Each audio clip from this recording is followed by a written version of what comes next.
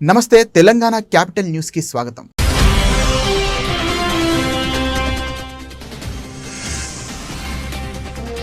ముఖ్యమంత్రి చంద్రబాబు నాయుడుతో కేంద్ర మంత్రి పీయూష్ గోయల్ భేటీ. రాష్ట్రంలోని వివిధ అంశాలపై జరిగిన చర్చ.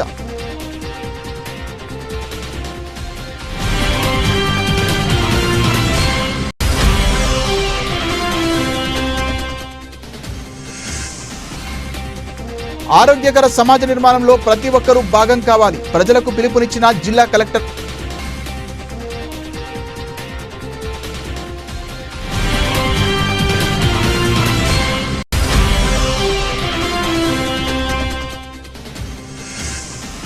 కృష్ణా తూర్పు హెడ్ రెగ్యులేటర్ వద్ద డెల్టా కాలువలకు నీటి విడుదల. రైతుల సంక్షేమమే ధ్యేయంగా తమ ప్రభుత్వం పనిచేస్తోందన్న ఎమ్మెల్యే బోండా ఉమామేశ్వరరావు.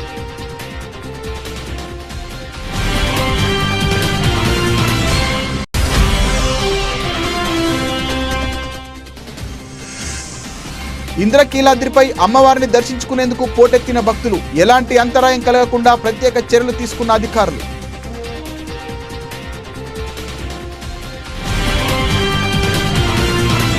ఉండవల్లి క్యాంపు కార్యాలయంలో ముఖ్యమంత్రి చంద్రబాబు నాయుడుతో కేంద్ర వాణిజ్యం పారిశ్రమల శాఖ మంత్రి పీయూష్ గోయల్ భేటీ. రాష్ట్రంలోని వివిధ అంశాలపై ముఖ్యమంత్రి కేంద్ర మంత్రి చర్చించారు. హెచ్డి బార్లీ పొగాకు కొనుగోలు, పామాయిల్పై దిగుమతి సుంకం తగ్గింపు, ఆక్వా ఎగుమతులు, మ్యాంగో పల్ప్పై జీఎస్టీ తగ్గింపుపై అంశాలపై వినతి పత్రం అందించారు. రాష్ట్రంలోని వాణిజ్యం పంటలు పండించే రైతాంగాన్ని ఆదుకోవాలని కోరారు.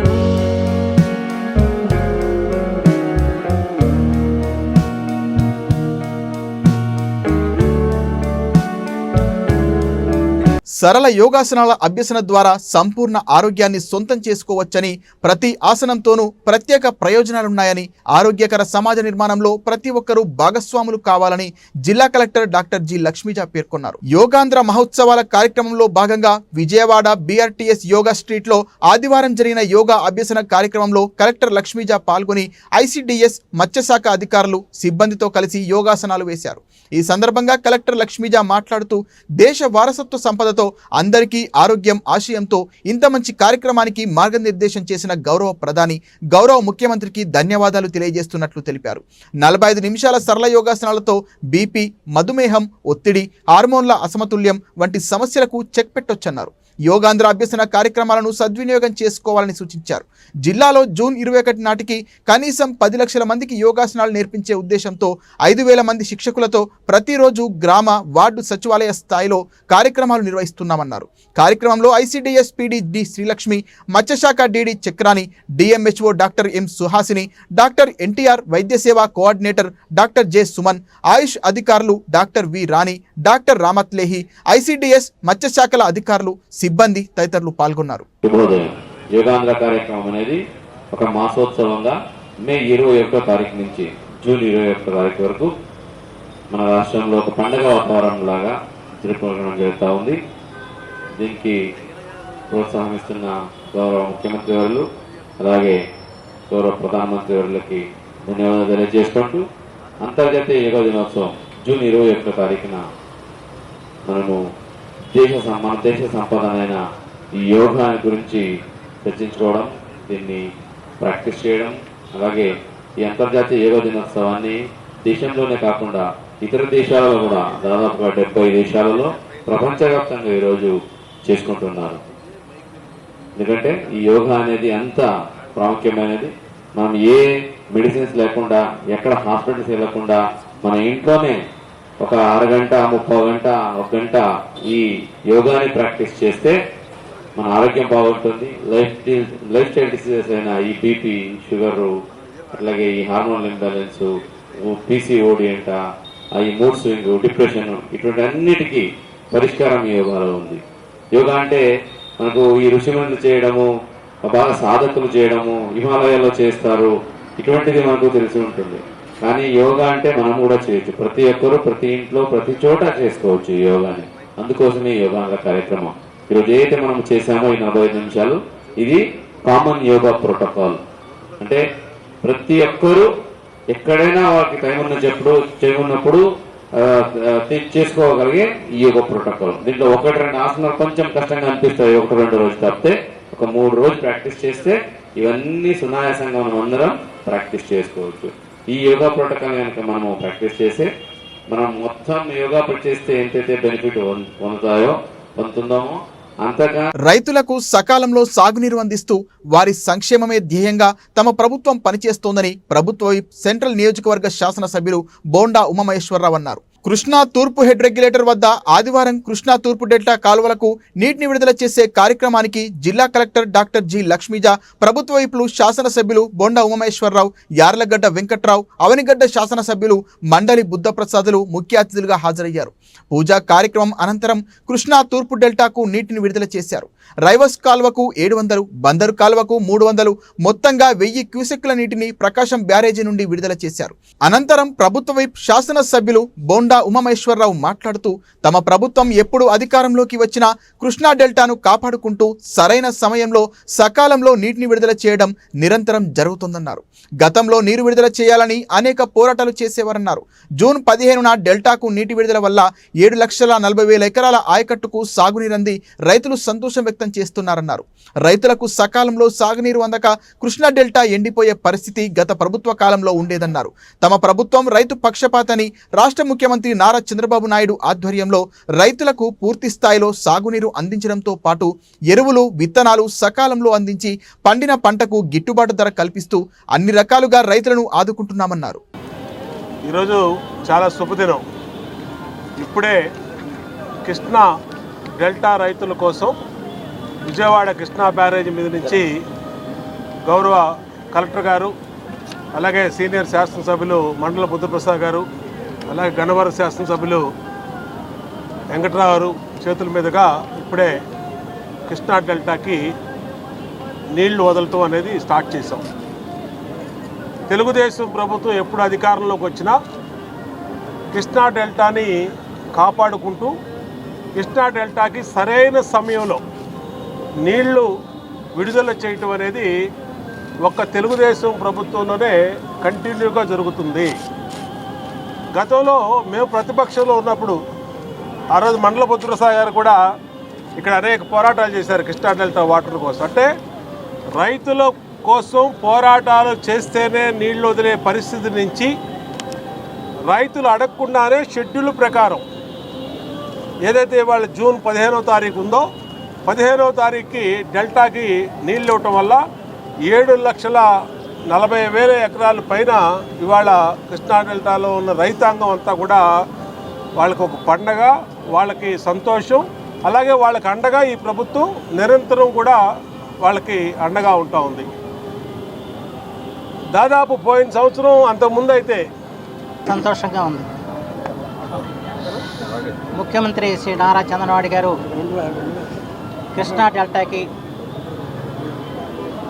సకాలంలో వెనువెంటనే నీటిని విడుదల చేయాలని చెప్పి ఆదేశాలతో ఈ రోజున ఇక్కడ నీటిని విడుదల చేసే కార్యక్రమంలో పాల్గొనడం చాలా ఆనందదాయకం. మిత్రుడు ఉమామహేశ్వరరావు గారు చెప్పినట్లు గతంలో పోరాటాలు చేస్తే తప్ప నీటి విడుదల సాధ్యమయ్యేది కాదు. కానీ ఈ రోజున సకాలంలో ముఖ్యమంత్రి గారి లక్ష్యం ఏంటంటే తుఫాన్లు బారిన రైతాంగం పడక ఉనిపై మనం నీటిని ఇచ్చి వాళ్ళ పంటలు పండించడం అలా చేయాలన్నది వారి యొక్క ఆశ. ఆ ఆశయానికి అనుగుణంగా ఈ రోజున నీటి విడుదల జరిగింది. ప్రత్యేకించి గత 5 సంవత్సరాలుగా జగన్మోహన్ రెడ్డి పాలనలో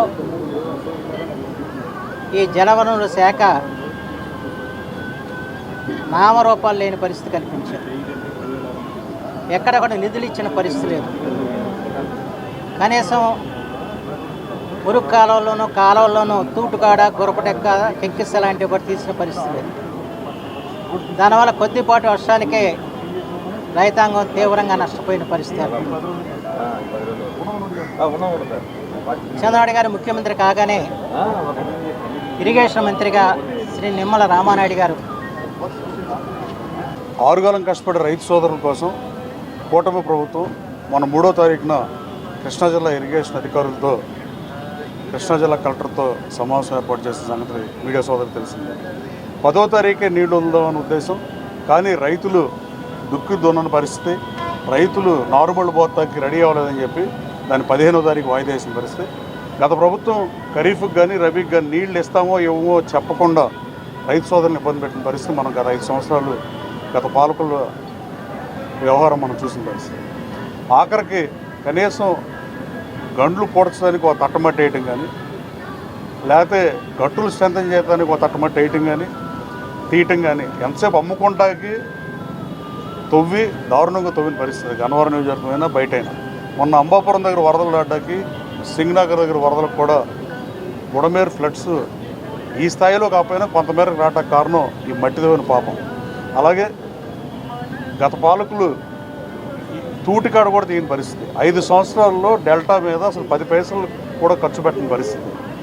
ఏలూరు కాలువ అయితే 1600 క్యూసెక్లు తీసుకుని లోటు తీసుకునే కాలువ 1000 క్యూసెక్లే తీసుకునే పరిస్థితి. ఆ తూటికాడ అంతా తూటికాడ కూడా తీయటం అవ్వలేని పరిస్థితిలో మొన్న డిస్ట్రిక్ట్ ఇరిగేషన్ రివ్యూ కమిటీలో అధికారులు అందరూ పాల్గొని రైతు సోదరులకు ఇబ్బంది కలగకుండా వదులుదామని 10వ తారీఖు దాన్ని 15వ తారీఖు పోస్ట్పోన్ చేసి వాళ్ళ పెద్దలు అవినిగడ్డ శాసనసభ్యులు మాజీ మంత్రి తల్లికి వందనం ద్వారా రాష్ట్రంలోని ప్రతి తల్లి కళ్ళల్లో ఆనందం చూస్తున్నామని రాష్ట్ర గనులు, భూగర్భ వనరుల మరియు ఎక్సైజ్ శాఖ మంత్రి Kollu Ravindra, APS RTC chairman, TDP జిల్లా అధ్యక్షులు కొనకళ్ళ నారాయణరావు అన్నారు. మచిలీపట్నం పార్లమెంటు నియోజకవర్గ టీడీపీ కార్యాలయంలో ఏర్పాటు చేసిన పాత్రికేయుల సమావేశంలో వారు మాట్లాడారు. రాష్ట్రంలో 67,30,000 మంది పిల్లలకు తల్లికి వందనం కింద వారి తల్లుల ఖాతాలకు 13,000 చొప్పున నగదు జమ చేయడం పట్ల హర్షం వ్యక్తం చేశారు. ఎన్ని ఇబ్బందులున్నా, ఎన్ని కష్టాలున్నా ప్రజా సంక్షేమమే ధ్యేయంగా కూటమి ప్రభుత్వం ముందుకు వెళ్తోందని, అందుకు నిదర్శనమే తల్లికి వందనం పథకం ద్వారా ప్రతి బిడ్డకి 15,000 చొప్పున నిధులు జమ చేయడమన్నారు. పాఠశాలలు తెరిచే నాటికి ఎంతమంది పిల్లలుంటే అంతమందికి 15,000 ఇస్తామన్న హామీ మేరకు పథకం అమలు చేశారన్నారు. గతంలో జగన్ రెడ్డి ఎన్నికల్లో ఓట్లు వేయించుకొని గెలిచాక కోతలు పెట్టి దగా చేశాడని విమర్శించారు.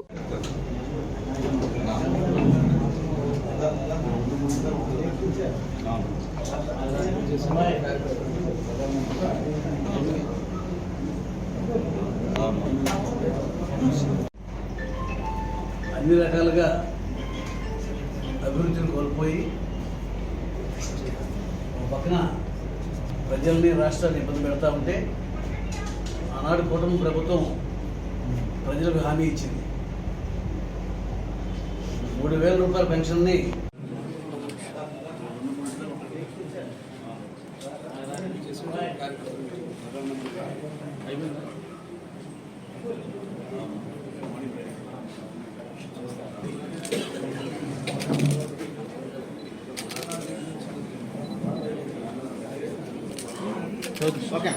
విజయవాడ నగరంలోని 64వ డివిజన్ నేతాజీ సుభాష్ చంద్రబోస్ నగర్ కంట్రిక కాలనీలో 75 సంవత్సరాల వృద్ధురాలు రాజ్యలక్ష్మి ఏనాడో ప్రభుత్వం కేటాయించిన చిన్న ఇంటిలో నివసిస్తోంది.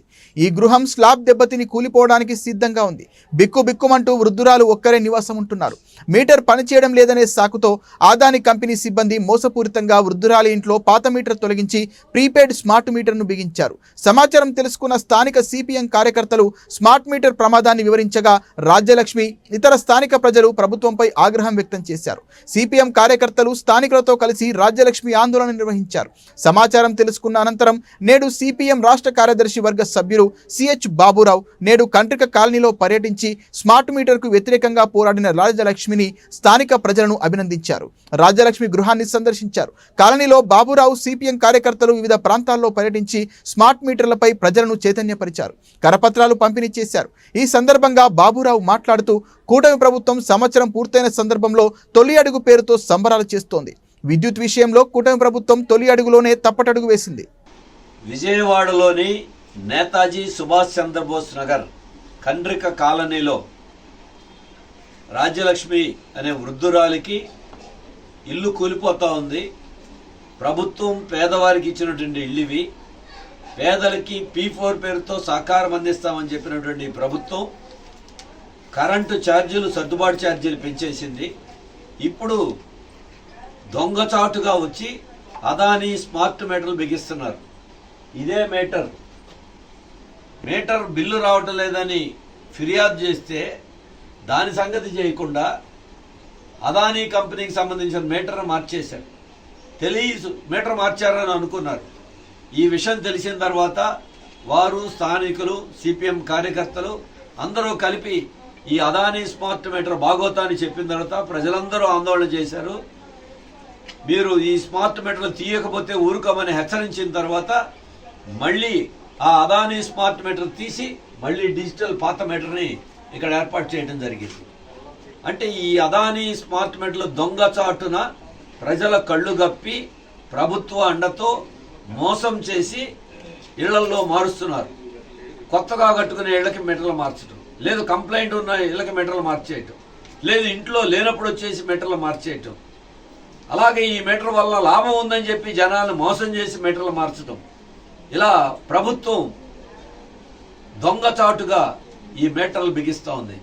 ఈ అదానీ స్మార్ట్ మీటర్లు అంటే మన ఇంట్లోకి దొంగలు ప్రవేశిస్తే, దోపిడీదారులు ప్రవేశిస్తే ఎలా ఉంటుందో అదానీ మీటర్ని తీసుకొచ్చి పెట్టారంటే శాశ్వతంగా మన్ని కరెంటు పేరుతో దోపిడీ చేయడానికి అవకాశం ఇచ్చినట్టే. మన ఇంట్లో అదానీకి ఎందుకు అవకాశం ఇవ్వాలి? ప్రభుత్వం అండతో అదానీ మన ఇంట్లో ప్రవేశిస్తున్నాడు, మనని కొల్లగొట్టడానికి ప్రవేశిస్తున్నారు. ఈ స్మార్ట్ మీటర్ను అడ్డం పెట్టుకుంటున్నారు. అందుకే ప్రజలందరూ తిరగబడాలి.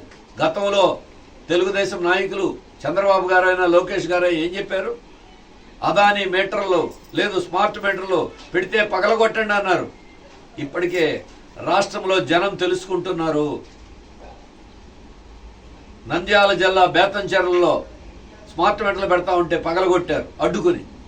గుడివాడలో జనం అడ్డుకున్నారు, ప్రతిఘటించారు, వాటిని పగలగొట్టారు. గుంటూరులో సుందరయ్య కాలనీలో స్మార్ట్ మీటర్లు బిగిచ్చేస్తే మళ్ళీ పోరాడితే 50 ఏళ్లకి మళ్ళీ ఆ స్మార్ట్ మీటర్లు తీసేసి పాత మీటర్లే పెట్టారు. ఇప్పుడు కండ్రికలో అంటే ప్రజల ప్రతిఘటన పెరుగుతూ ఉంది.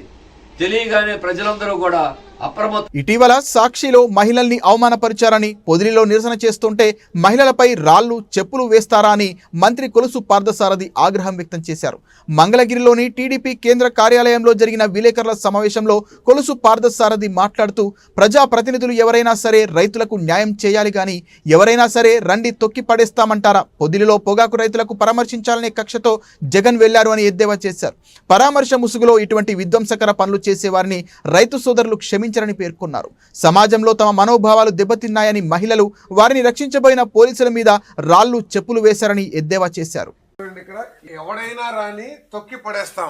అసలు ఈ ర్యాలీ ఉద్దేశానికి ఆ ప్లే కార్డులో ప్రదర్శించిన దానికి ఏమైనా సంబంధం ఉందా అని చెప్పేసి అడుగుతా ఉన్నాను. అంటే రైతులు తొక్కి పడేస్తారా, లేకపోతే రైతులు ప్రజలను తొక్కి పడేస్తారా? ఒకసారి రైతు సోదరులు కూడా ఆలోచించాలి. ఏదైతే రైతుల ముసుగులో, వ్యవసాయ ముసుగులో ఇటువంటి విధ్వంసకర రాజకీయాలు చేసే వాళ్ళని రైతు సోదరులు గమనించాలని చెప్పేసి మనం చేస్తాం. ఎందుకంటే సమాజంలో ఉన్నత విలువలు కాపాడేది రైతు సమాజం, అది అందరికీ తెలిసిందే. అటువంటి ప్లే కార్డులు ఇక్కడ చూడండి, ఏ విధంగా రాళ్లు వేసి పారిపోతారో ఒకసారి చూడండి. ఇగోండి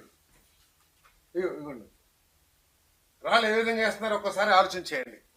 అంటే ఆ విధంగా రాళ్లు వేస్తూ ఉంటే, మహిళల మీద, పోలీసుల మీద రాళ్లు వేస్తూ ఉంటే ప్రభుత్వం చూస్తూ ఉండాలా అని చెప్పేసి నేను ప్రశ్నిస్తా ఉన్నాను.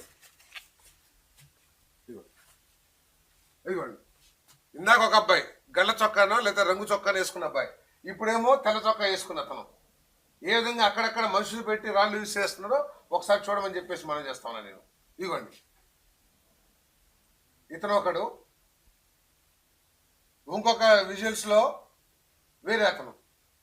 తరాలకు వారధులుగా, భవిష్యత్తుకు నిర్మాతలుగా ఉన్న వయోవృద్ధులకు ఆత్మీయతను పంచి సమాజంలో గౌరవంగా జీవించేలా ప్రతి ఒక్కరూ సహానుభూతితో వ్యవహరించాలని జిల్లా కలెక్టర్ జి లక్ష్మీజ అన్నారు. నైతిక విలువల పరంపర కొనసాగేలా చూడాల్సిన అవసరం ఉందని పేర్కొన్నారు. పీజీఆర్ఎస్ తరహాలో వృద్ధుల సమస్యల పరిష్కారానికి ప్రత్యేకంగా నెలలో ఒకరోజు ప్రత్యేకంగా ఆర్జీలు స్వీకరించనున్నట్లు కలెక్టర్ లక్ష్మీజ తెలిపారు. ప్రపంచ వృద్ధుల వేధింపుల నివారణ అవగాహన దినం సందర్భంగా ఆదివారం కలెక్టరేట్ శ్రీ పింగళి వెంకయ్య సమావేశ మందిరంలో జరిగిన ప్రత్యేక కార్యక్రమంలో కలెక్టర్ లక్ష్మీజ పాల్గొని మాట్లాడారు. వయోవృద్ధుల హక్కుల పరిరక్షణకు డివిజనల్, జిల్లా స్థాయిలో ప్రత్యేకంగా దృష్టి సారించడం జరుగుతోందని, ఫిర్యాదుల సత్వర పరిష్కారానికి కృషి చేస్తున్నామన్నారు.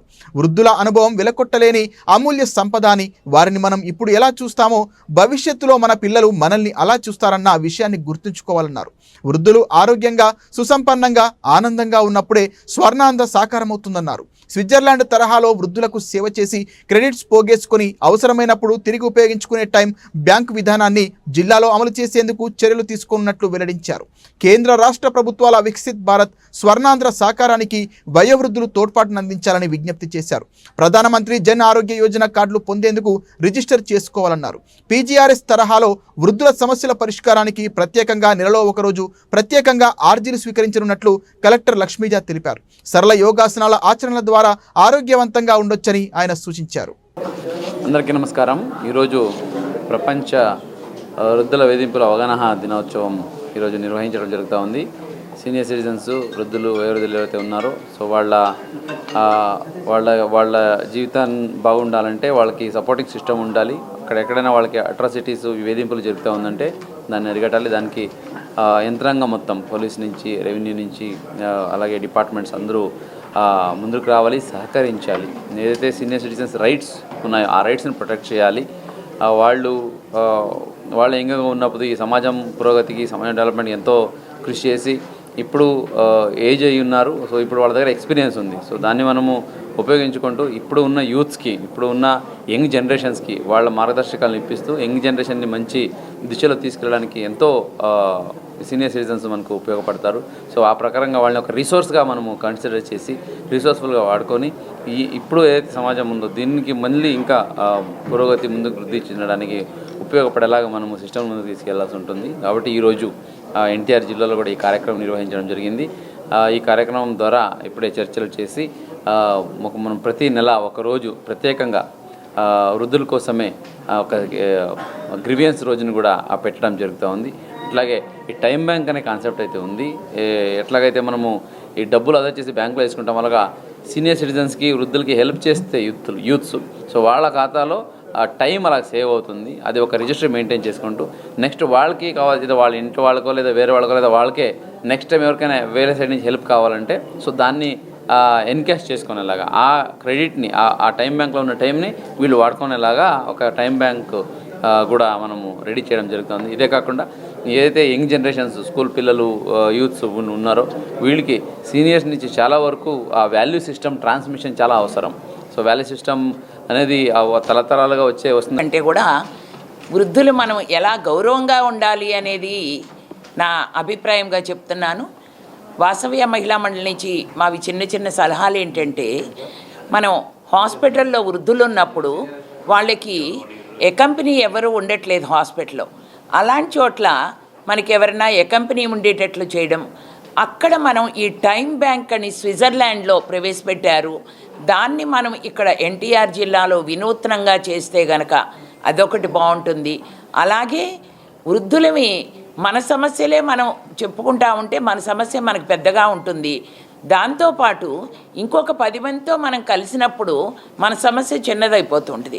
అలాగే నెట్వర్కింగ్ సిస్టమ్ ఒకటి, దగ్గరలో ఉన్న స్కూల్స్కి వృద్ధులు వెళ్ళి మన విలువల గురించి చెప్పేటట్లు చాలా ప్రధానం. ఎందుకంటే స్టేట్ లెవెల్ నుంచి కూడా చీఫ్ మినిస్టర్ గారు విలువలు పెరగాలి అని అంటున్నారు.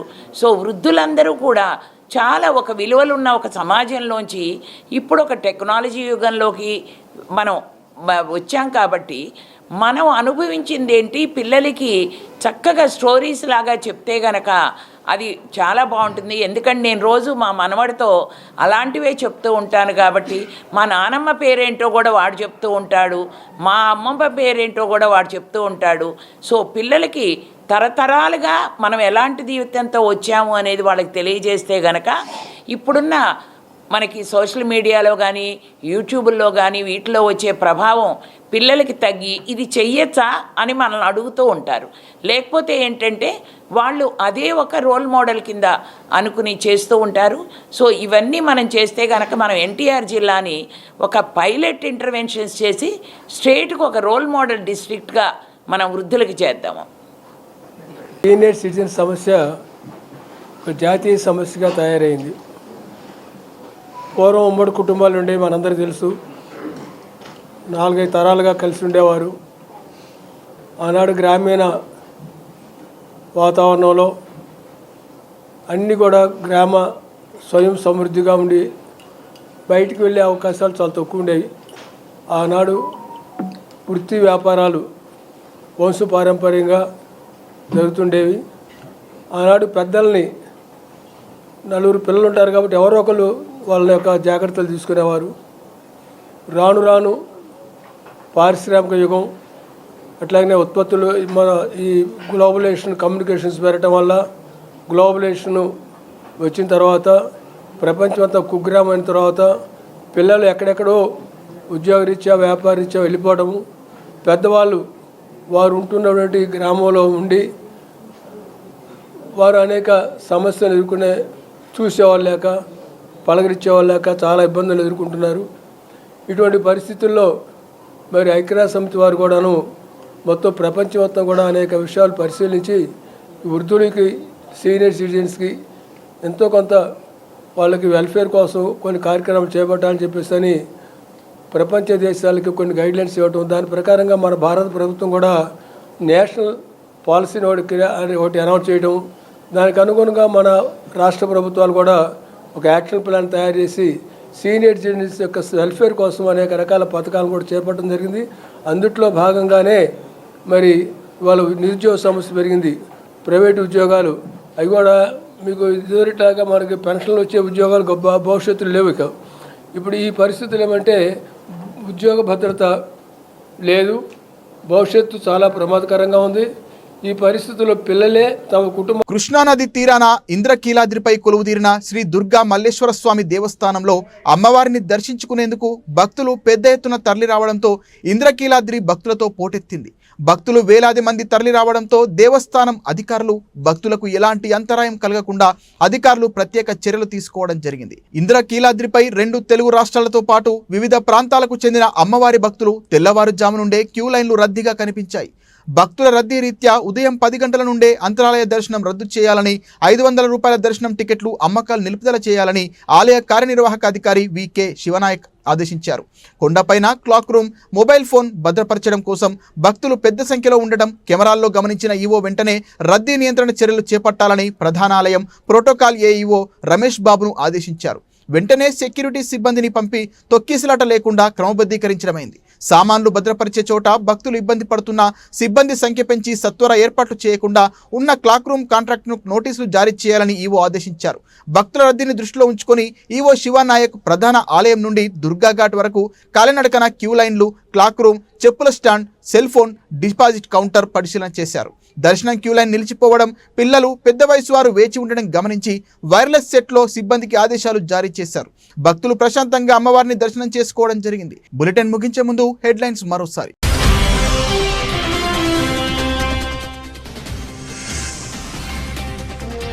ముఖ్యమంత్రి చంద్రబాబు నాయుడుతో కేంద్ర మంత్రి పీయూష్ గోయల్ భేటీ, రాష్ట్రంలోని వివిధ అంశాలపై జరిగిన చర్చ.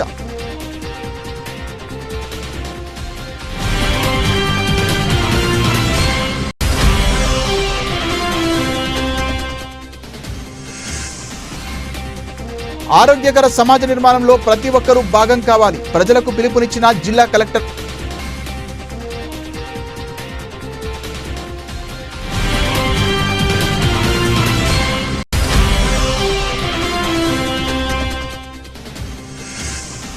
కృష్ణా తూర్పు హెడ్ రెగ్యులేటర్ వద్ద డెల్టా కాలువలకు నీటి విడుదల, రైతుల సంక్షేమమే ధ్యేయంగా తమ ప్రభుత్వం పనిచేస్తోందన్న ఎమ్మెల్యే బోండా ఉమేశ్వరరావు.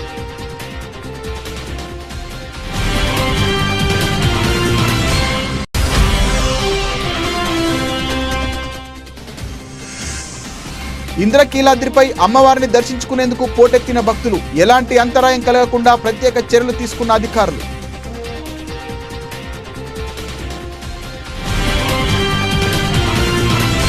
ఇది ఇవాల్టి బులెటిన్. మరిన్ని వార్తల సమాహారంతో మళ్ళీ కలుద్దాం. నమస్తే.